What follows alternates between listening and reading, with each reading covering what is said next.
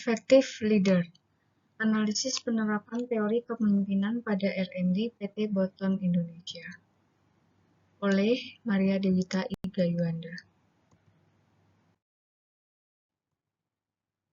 Oke. Latar belakang. Kepemimpinan berperan penting dalam keberhasilan pengembangan produk dan inovasi di R&D. Lingkungan R&D bersifat dinamis, penuh tekanan waktu, dan membutuhkan kolaborasi lintas fungsi. Oleh karena itu, efektivitas kepemimpinan harus dilihat dari teori klasik hingga modern. Ini bertujuan untuk menganalisis penerapan teori-teori kepemimpinan, trait, situasional, atau contemporary dalam konteks yang berada di tim R&D PT Boton Indonesia. Early Leadership Theory atau trait theory.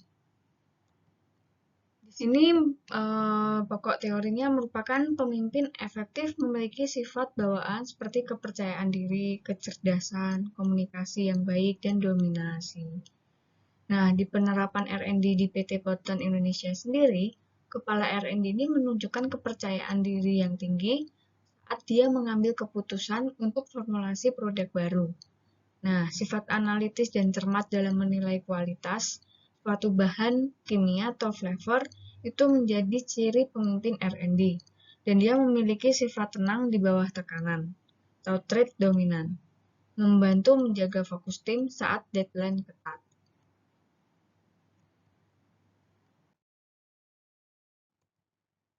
Early Leadership Theory untuk behavioral theory. Ini fokus pada perilaku yang dapat dilatih. Task oriented, yaitu menyusun SOP, target, dan jadwal eksperimen. Relationship oriented, itu membangun kerjasama dan motivasi tim. Penerapan di PT Boton Indonesia, itu contohnya yaitu kepala R&D menerapkan rapat mingguan dan laporan eksperimen yang terstruktur. Namun, juga melakukan diskusi informal dan feedback yang positif, atau sering disebut relationship oriented untuk menjaga semangat tim. Nah, di sini kombinasi kedua gaya ini membuat tim tetap produktif namun tetap harmonis.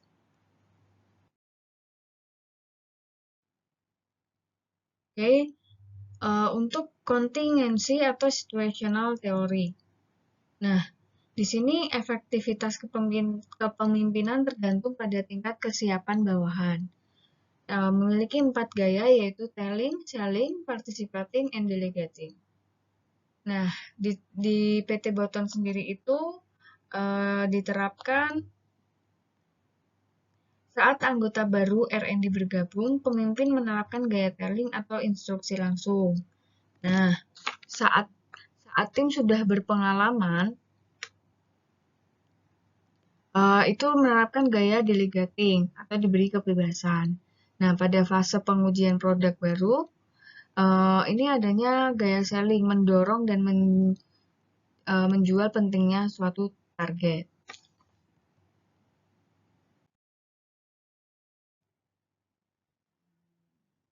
Path Goal Theory.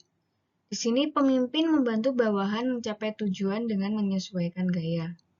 Directive, supportive, partisipatif, achievement oriented. Di sini diterapkan di PT Boton Indonesia, yaitu pemimpin R&D menggunakan gaya achievement oriented dengan target formulasi produk setiap bulannya. Nah, ini gaya suportif diterapkan saat anggota tim menghadapi kegagalan saat adanya uji trial atau stabilitas suatu produk.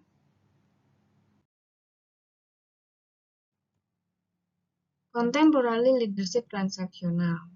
Pemimpin fokus pada sistem imbalan dan hukuman berdasarkan hasil kerja.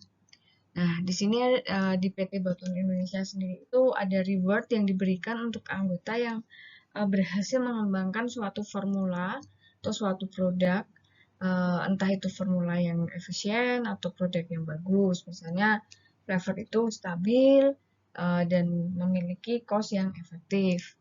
Nah, ini ada evaluasi ketat yang dilakukan saat hasil eksperimen tidak memenuhi target.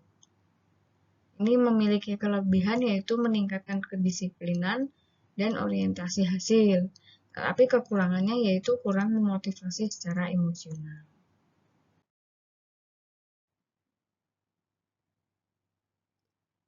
Contemporary leadership transformational. Pemimpin menginspirasi dan menumbuhkan komitmen anggota dengan visi yang besar. Penerapannya di PT Boton Indonesia yaitu Kepala R&D sering menyampaikan visi menjadi pusat inovasi flavor lokal yang kompetitif secara global. Ini memberikan motivasi dan pelatihan formula baru untuk meningkatkan kemampuan tim. Nah, dampaknya ini akan meningkatkan rasa bangga dan kreativitas untuk setiap anggota. Oke.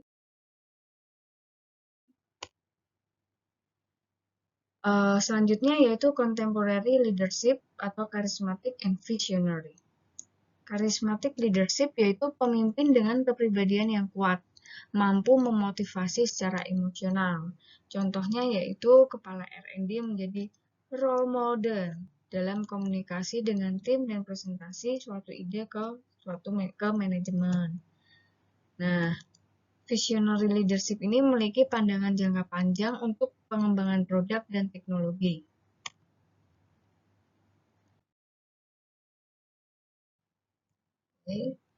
Tim leadership. Pemimpin menginspirasi dan menumbuhkan komitmen anggota dengan visi besar. Contohnya yaitu setiap anggota R&D bertanggung jawab pada kategori flavor yang berbeda, misalnya sweet, asam, atau savory. Nah, pemimpin di sini berperan sebagai fasilitator koordinasi lintas kategori agar inovasi dalam berjalan cepat. Nah, kolaborasi meningkat dan waktu pun semakin efisien. Nah, di sini dapat disimpulkan, kepemimpinan efektif di R&D PT Boton Indonesia merupakan gabungan dari berbagai teori.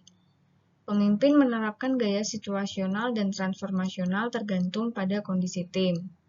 Pendekatan ini terbukti meningkatkan produktivitas, kreativitas, dan kesejahteraan kerja.